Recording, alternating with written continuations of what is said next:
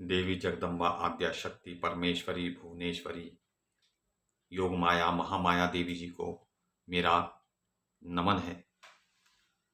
तो हम पढ़ रहे हैं महिषासुर वध की देवी की लीला, जिसमें देवताओं ने अपनी शक्तियां प्रदान की, तब देवी ने उन शक्तियों को ग्रहण करके स्वयं को प्रकट कर दिया।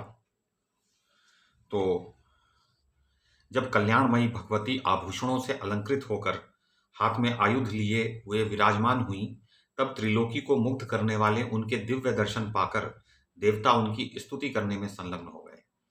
देवता बोले, शिवा, कल्याणी, शांति, पुष्टि एवं रुद्राणी नाम से प्रसिद्ध दिव्य स्वरूप धारण करने वाली भगवती जगदम्बा को निरंतर प्रणाम है। अब देवी के वो नामों का वर्णन कर रहे हैं कि देवी जगदम्बा के कौन कौन से नाम और रूप हैं। जो कालरात्रि, इंद्राणी, सिद्धि, बुद्धि, वृद्धि तथा वैष्णवी नाम से विख्यात हैं, उन जब भगवती जगदम्बा को निरंतर नमस्कार है।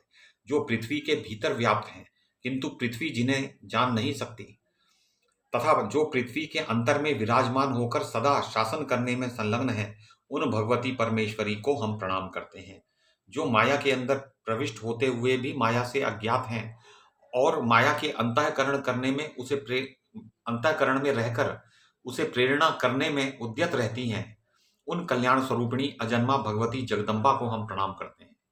माता, शत्रु से हम महान दुखी हैं, आप कल्याणदायिनी बनकर हमारी रक्षा कीजिए। अत्यंत दुराचारी महिषासुर को अपने तेज से मोहित करके उसे परास्त करने का शीघ्र प्रबंध कीजिए।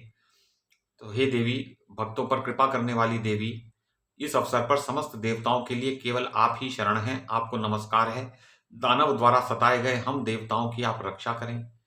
तो व्यास जी कहते हैं, इस प्रकार देवताओं की स्तुति करने पर संपूर्ण सुख प्रदान करने वाली महादेवी का मुखमंडल प्रसन्नता से खिल उठा। देवताओं के प्रति वे मंगल वचन कहने लगी। देवी बोली, देवताओं, अब उस मूर्ख महिषासुर से आप लोग निडर हो जाओ। मैं शीघ्र ही उस अज्ञानी एवं वराभिमानी दैत्य को संग्राम में मार डालूंगी। उन्होंने वचन दे दिया कि मार डालूंगी। व्यास जी कहते हैं, देवताओं से यों कहकर अत्यंत स्पष्ट स्वर में देवी बड़े जोर से हंस पड़ी। वे बोली, भ्रम और मोह से युक्त यह कैसा विचित्र जगत है।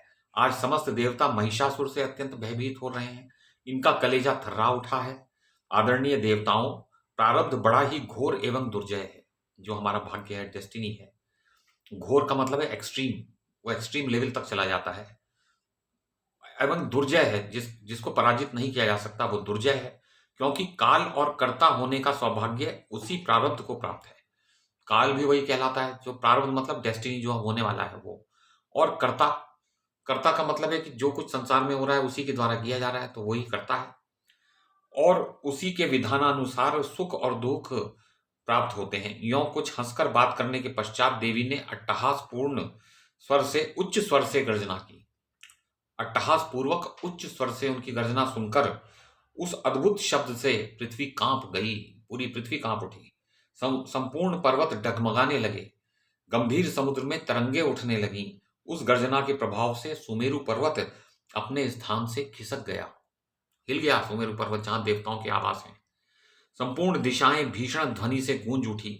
उस गगन भेदी उच्च ध्वनि को सुनकर दानवों के सर्वांग में भय व्याप्त हो गया। डर गए, वो समझ गए कि अब तो खैर नहीं है, कुशल नहीं है। अब देवताओं को अपार हर्ष हुआ। देवी आपकी जय हो, अब आप हमारी रक्षा करें। यों वे सबके सब देवी से प्रार्थना करने लगे।